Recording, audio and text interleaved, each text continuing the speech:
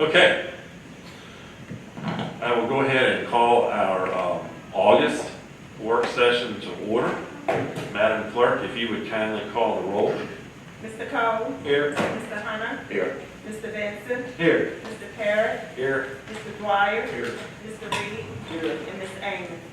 Here. Thank you, ma'am. Welcome, everyone. Welcome to our virtual audience.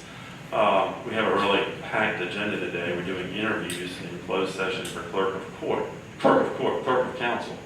But I asked Longwood representatives if they would come and speak to council briefly this morning about Longwood's reopening plan. And we have Justin Pope, who's Vice President and Chief of Staff, and Matt McGregor, who is sort of leading the COVID effort at Longwood.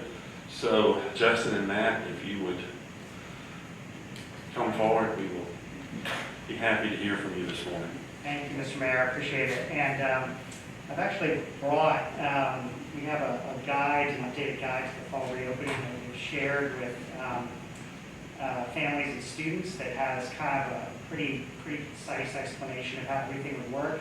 I'm eager for you all to be armed to answer questions that you may get, so I'm happy to leave this with you. I can pass it out now. I don't know how, if there's a sheet to distribute. I think by sharing that, I may find some details in there, and at least make sure we have plenty of time for questions and answers. Thank you very much for having me. Matt is Associate Dean of Wellness at Longwood and very involved in the really intensive planning that we have undergone this summer to prepare to bring students here with a lot of precautions in place. As of right now, of the 15 Virginia public universities, all are planning for some form of in-person learning, often mixed with some hybrid classes and some online classes. We are as well. We will have students back. All of our classes will have hybrid elements so that if there needs to be flexibility or if they need to go temporarily online, they're able to do that much more effectively than in the spring. And probably about 15 or 20% of our classes will be actually online. We've granted a lot of accommodations to faculty who have particular concerns about that. But we do feel in-person learning is critical for Longwood, it's critical for our students, it's critical for Farmville. We've worked very carefully with the state. We submitted a 152-page, very detailed plan to the DH and SHEV that went through all the details. There are 26 areas that the state is requiring all colleges and universities to show that they are prepared for. We had that plan approved without any suggestions, feedback, criticisms whatsoever, which I think is a really good sign of the people and the process we have in place.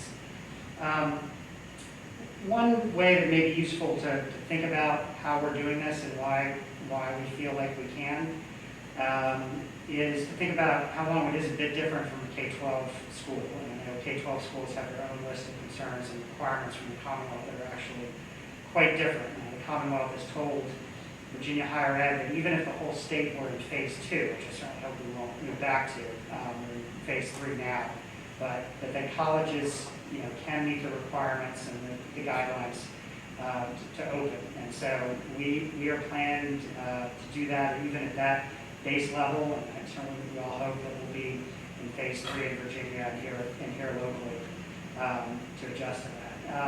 Colleges, Longwood in particular, we do have more space. We have more buildings than a K-12 school. We have the capacity to do what we've done, which is essentially assign all of our classrooms to the largest spaces we can find for them, which is not not the way we usually assign classes, but we're ensuring that the CDC social distancing requirements within classes are met. Students actually aren't in class as long in higher education as they are at K-12, so that's a factor. We have put a tremendous amount of effort into respacing and reducing the actual capacity of our classrooms. Unfortunately, because we have very small class sizes to begin with, there are only 4 or 5 classes at Longwood that typically have an enrollment over 40 or 50 students. We just have a totally different challenge, a much more manageable challenge than a lot of larger institutions. There's a handful of larger classes. I think most of those have moved online, but we should have no difficulty meeting the sort of spacing guidelines within classes. We will have a very forceful face coverings policy. Face coverings will be required in all classes at all times during the changeover between classes, and any time in all residence halls, and any time on campus, you cannot maintain 6 feet of distance, and that's the Commonwealth of Virginia's guidance. So basically, pretty comprehensive, and we have a tremendous amount of buy-in from students on this. Our students want to be back. They're very eager. They understand that the success of the semester is very dependent on them.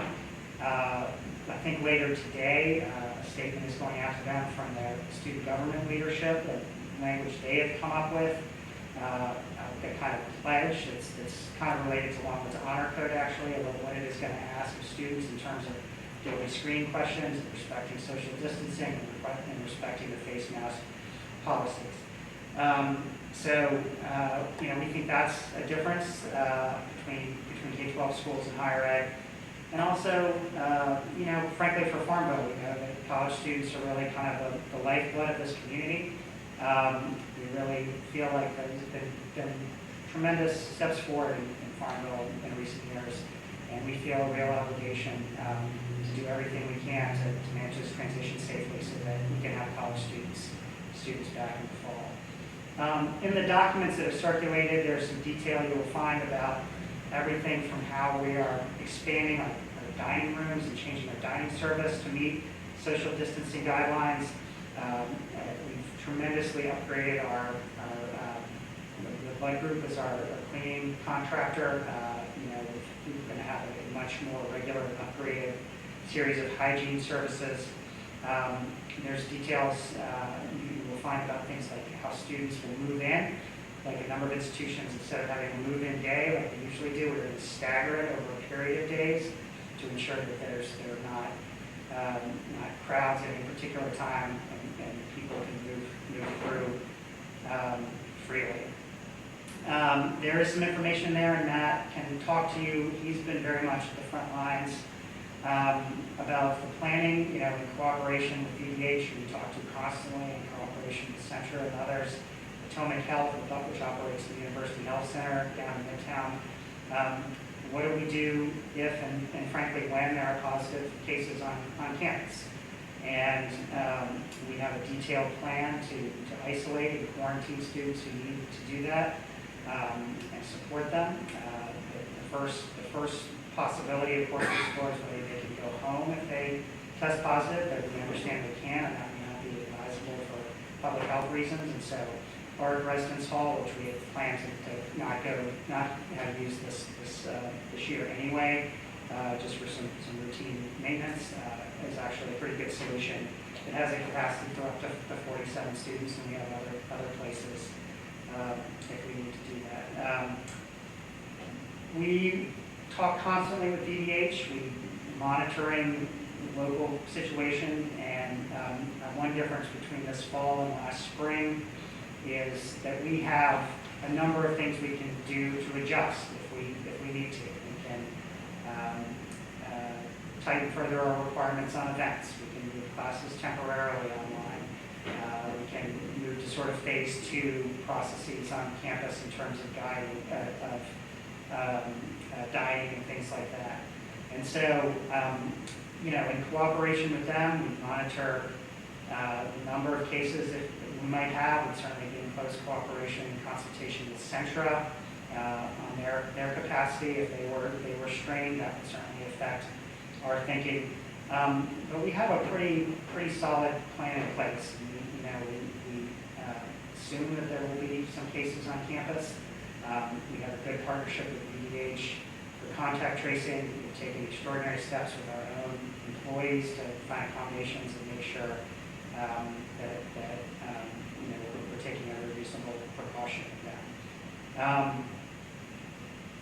We feel this is really important. In-person learning matters tremendously to Longwood. Our future matters tremendously to our students who have really had a pretty rough deal out of all this, and I think are really genuinely determined to play their part and understand that this semester is going to have to be different than other semesters.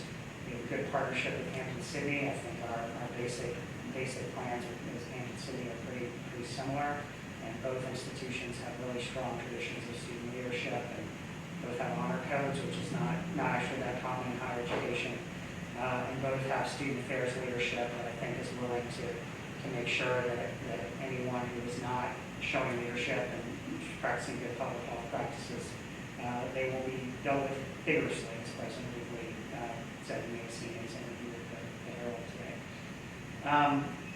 So I really do feel our setting, our size, our community, our circumstances give us the tools we need to do this and to do this safely, and to be constantly responsive and flexible as circumstances evolve.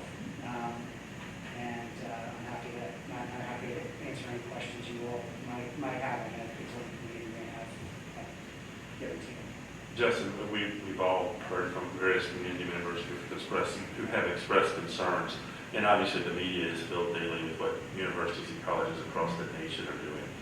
Will you speak to testing? That's one of the questions that I have received most, is along with doing testing. And I know the answer to it. You speak to the testing issue and the rationale behind it. Sure. We are following the advice of VDH, which is that mass surveillance testing, I guess is the term for it, before students return is actively not a good idea for public health. It sucks up testing resources. It contributes to backlogs. The test, of course, is only good for that moment, so that it gives you a false sense of security. At that scale, there are enough false positives and false negatives that it can do more harm than good in that direction. So as of right now, I think maybe 5 or 6 of the 15 Virginia public universities are trying to execute some form of return testing. I think it's going to be very hard to manage, and the others, I think, are more closely following the guidance of VDH, which is to focus your efforts on being able to provide ample testing for those who need it, for those who are symptomatic, for those who may be contact exposed. We feel good, in partnership with Potomac, who is our provider, and others, that we are able to do that. We are continuing to explore partnerships, with other providers that may, hope we will have some kind of form of generalized surveillance testing on campus, not of everyone, but just kind of monitor. We're exploring partnerships with that. But that is the reasoning behind our testing policy. It seems we feel it is best for public health, and we feel it is actually best for the health of the campus to focus our efforts on testing those who need it and having as quick a turnaround time, so if there are positives, we can do contact tracing. There's also the conversation about the lack of tests themselves. And as you said, there probably will be some positive cases. Do you have availability or access, I should say, to tests? Is there a stockpile of tests, or do you know where you're getting the tests from? Yeah, Potomac, I'll let Matt speak to this too. Potomac feels good about their capacity, going into the year to meet the demand that we have, and we are continuing to work with other places on the possibility of some of these quicker turnaround, or not necessarily accurate point-of-care tests that could be used for kind of surveillance and monitoring. Matt, do you want to? Matt, that's the expert on testing. So. Yeah, through Potomac Healthcare Solutions, they have an already existing relationship with LabCorp, and they do a lot of our different testing, but they've already established this to them. And so we get a lot of our test kits from LabCorp, and then we turn around and they do the readings of them. We do have a stock in the office as well that LabCorp can read, but we have built up. I believe we have about 50 now, and we're looking at accumulating more as possible. LabCorp has committed to providing us minimally 20 a week. And so I'm quite confident that with the stockpile we have, what they're willing to commit at this point, that we can meet the needs of symptomatic individuals who come into the health center, and any contact tracing testing that we have to do. As Justin did say, we are exploring other options as far as getting a point-of-care kit as well, and that's where you're seeing a lot of the backlog and backorder of supplies and the kits. That's a lot of where the struggles are as far as the testing is. And just to add one thing, this is just through the University Health Center, which is a convenient service for our students, faculty, and staff. But of course, many of them go to Centra. I understand Centra is now widening its testing criteria. And so there are other resources in the community where some people can't go be tested. You can even drive to CVS on Hall Street or Midlothian, I think, and get a test there. So we're focused on what we can provide to the University Health Center, and very confident in that, just because that would be an easy option for our students, but it's not the only testing resource. Along with guidelines, obviously, for on campus, and one of the issues that the chief and I have talked about is off campus. Is there any plans, or how do we address the off-campus housing and what occurs there? You mean in terms of behavior, or in terms of? The mask and the whole 9 yards. Yeah, so, one of the other, to step back, one of the differences with K-12, and it certainly influenced our thinking, is we know no matter what we do, a good number of Longwood students are coming back to Farmville anyway. They've signed leases off campus, and they will be here. So part of our thinking is, if students are here, we would much rather have them sort of be part of the campus system culture. We work regularly with landlords. We will talk with them. We are providing support and monitoring if someone needs to isolate off campus. And we are, by having this student-wide pledge and sort of bringing this under the auspices of the honor code, I think making it clear that these behavioral expectations apply to you as a Longwood student, not regardless of whether you live on campus or off campus. But Tim Pearson, the police chief, Chief Mooney, President Reagley, and I have talked a lot about how to make sure that this culture of compliance and good public health habits is respected both on and off campus, and we will work with you all in any way we need to make sure that that's the case. Matt, you're in student affairs too. I think that we all understand, not just in higher education, but across our communities, that this has to be community buy-in for this to work.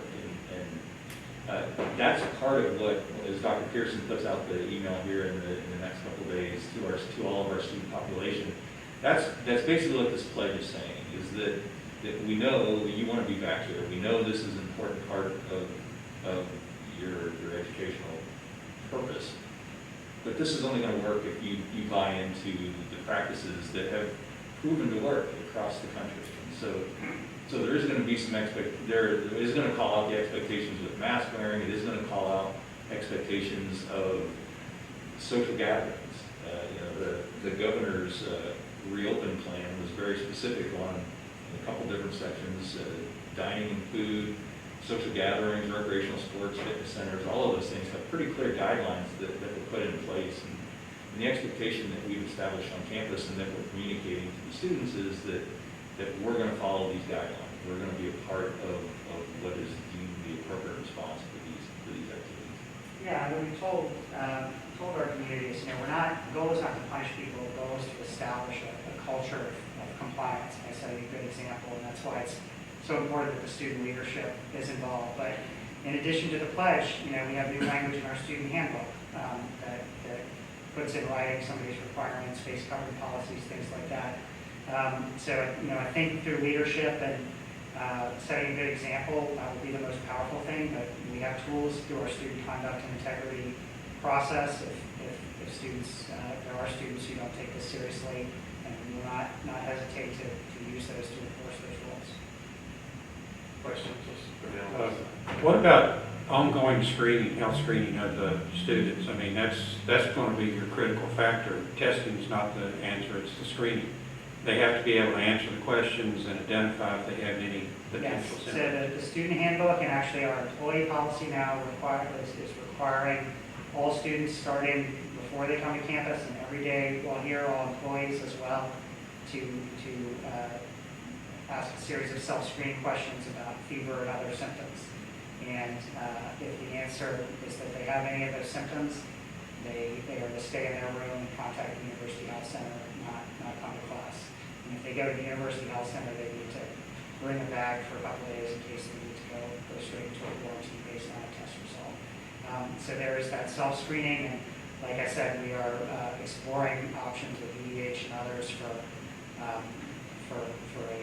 some kind of a process that they would do a little bit of community screening just to catch anything that maybe needs to be done. Yeah, it concerns me with the self-screening somewhat, given the age of the students. And I mean, I have to screen my staff every day when they come in, and I know there's questions that they don't answer appropriately. And so that gives me a little bit of concern, because if you don't catch it and if they aren't conscious of some of the potential symptoms, then it can get out of hand fast, and your testing is still 2 to 6 days to get test results back. Certainly understandable. I think, one of the things that our faculty work very hard on is ensuring that there are hybrid elements to every course, and an attendance policy that makes it clear that if you have symptoms, we don't want you to come in. So a student should not have any particular incentive to not take that seriously. There's no worry about being able to keep up with your course. We're essentially making an assurance to students that if you need to stay home, or to a faculty member, that if you need to stay home, there will be steps in place for you to keep up. So that's a part of it. That's a part of it too. Other questions? There are a little bit more on that. There are a couple places on campus where students will be directly answering those health screening questions. The student employees on campus who work at the rec center and work in the dining hall will get those questions. They also, at the rec center, and I believe the food service has it as well, we have a temperature gun that the employees take their temperature every day. And so we have that in place. And then also any student who comes in to utilize the rec center also has the screening questions that right now they're filling out on the sheet that they're doing those. So as they're coming in there, they're at least physically answering those questions to themselves. And again, like we talked about, the compliance part is they have to be honest, they have to understand, and I hope, this has been going on for 6 months now, that I hope they get the seriousness of what this is. I think. Wouldn't it be beneficial to have that in the dining halls too? Because, I mean, you're going to have your students without masks that are eating, to ask those health questions before they actually go into the dining hall. I'm not completely sure what, you might know more about what Airmark has plans as far as access, other than the space. I know they've spread out some stuff, but I don't know. Well, I think we've printed about, I think it's like 3,000 signs, and CDC guidance is covering signs, different signage on campus to make sure. And the goal is that every student, in a residence hall will see at least one, probably more of those signs before they would leave the building in the morning, the daily health screening signs, and that every employee would also see them as well, so that they should, encounter actually having to read those questions at every point.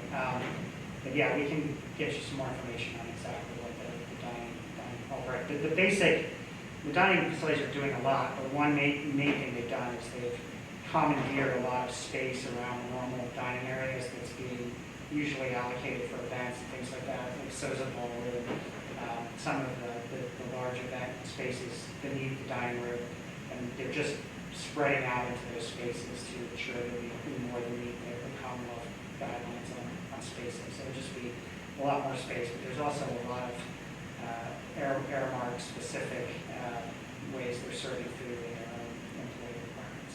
I assume they've gotten rid of buffet style. It's not going to be self-service. I believe that is correct, yes. Other questions? I have a number of questions, but we don't have time for them. But it would be nice for the public to have a better understanding of where the students are going to be tested or screened, rather. And right now, it just doesn't seem like there's enough areas that if they're doing self-screening, I don't know how much confidence that's going to be in people having that.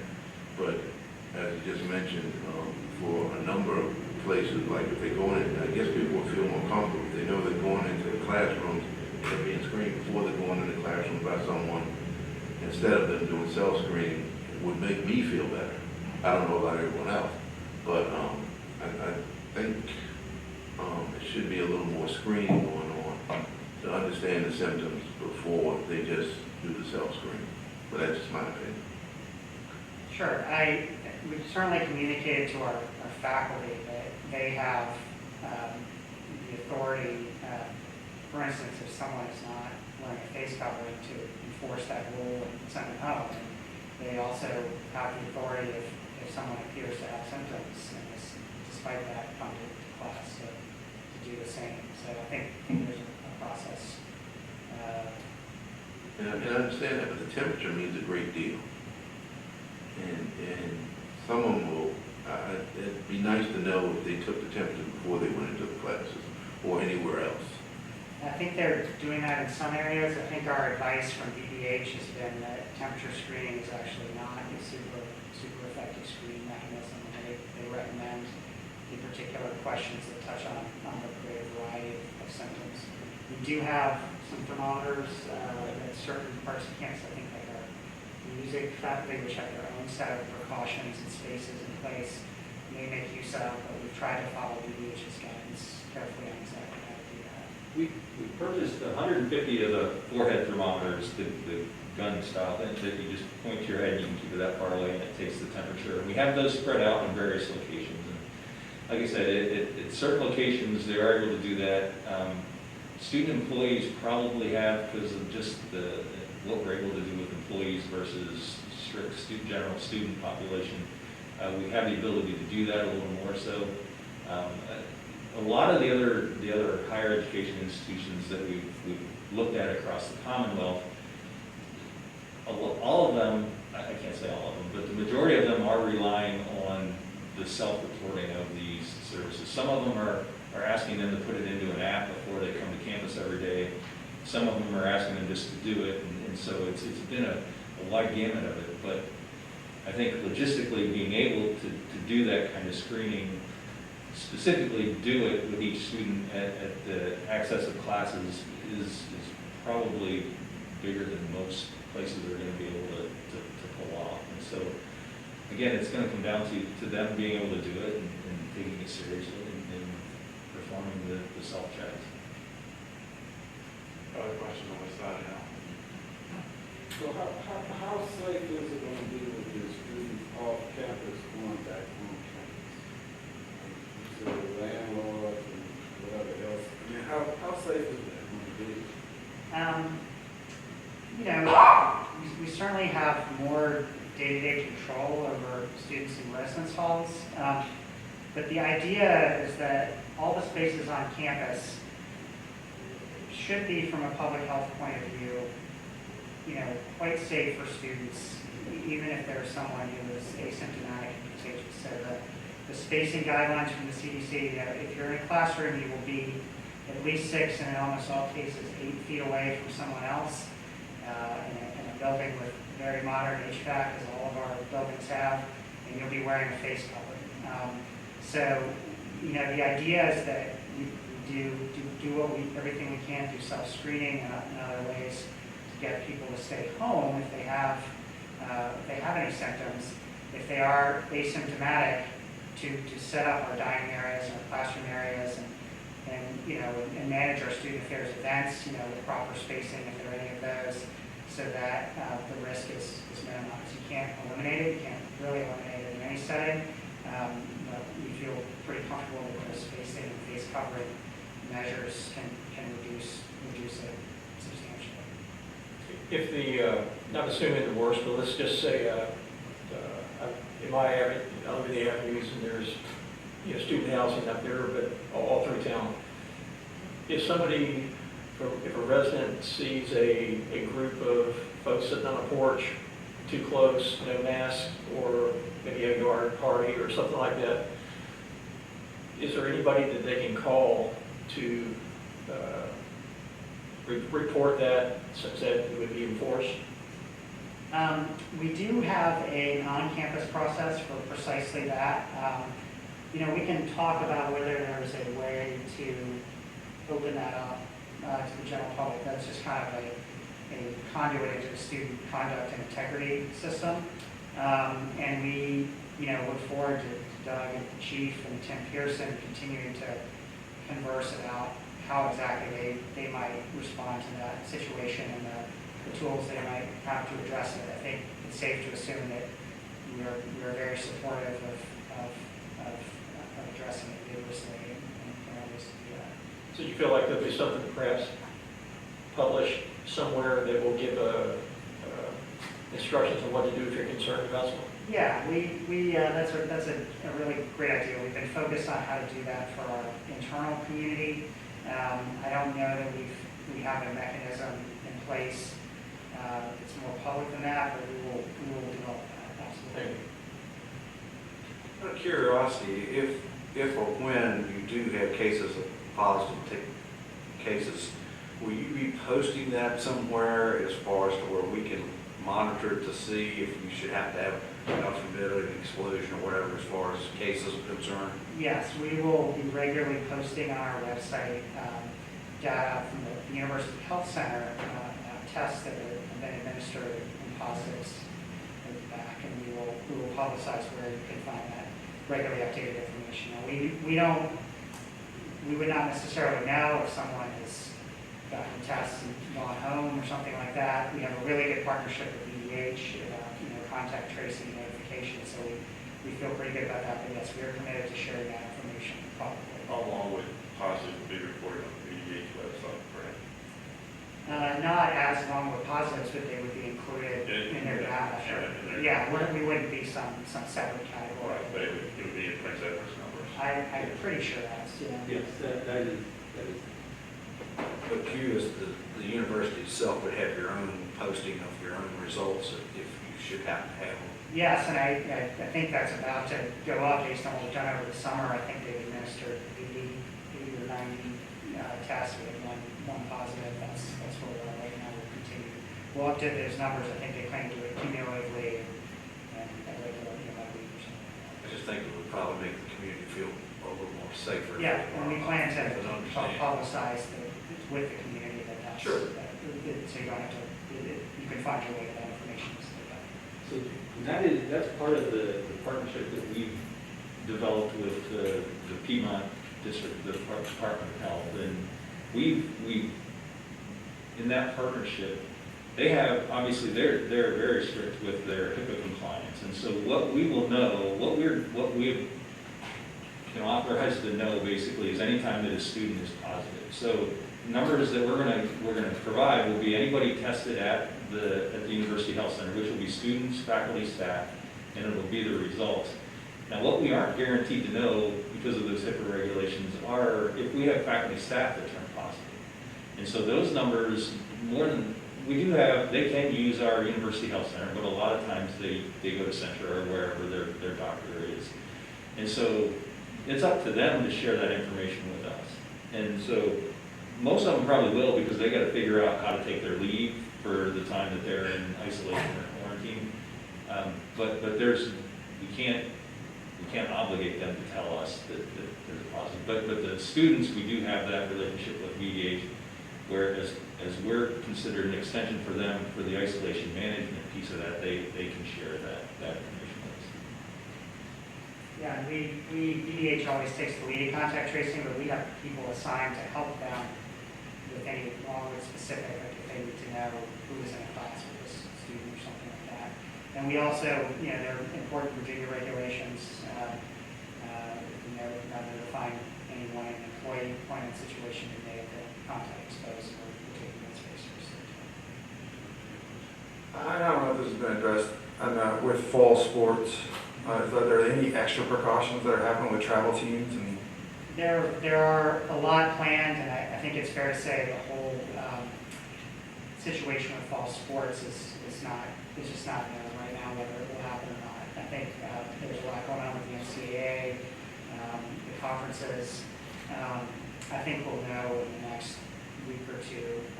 There are extensive guidelines, just because that is a particular population that spends a lot of time together, without extra precautions. We have just a handful of students that go through on campus now, we're following those very closely. I think we'll know in a week or two whether fall sports are going to happen or not. How about fall graduation? We will be evaluating that, I think, soon. You'll recall it was pushed back from May until October. Our students really do want to come back to Farmville and have an occasion.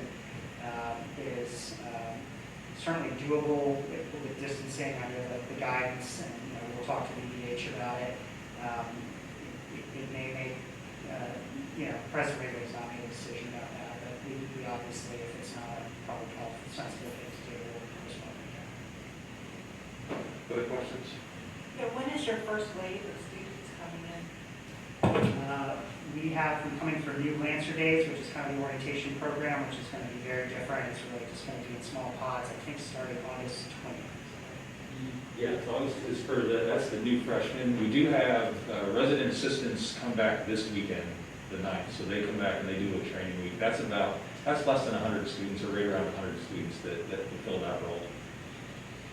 Fall athletes are scheduled to come back, I believe it's the 17th, 18th, and 19th, whatever the Monday, Tuesday, and Wednesday of that week is, depending on the sport that they're involved with. And so those would be the two main groups that come back. Dining hall usually comes back a little early as well, but then that 20th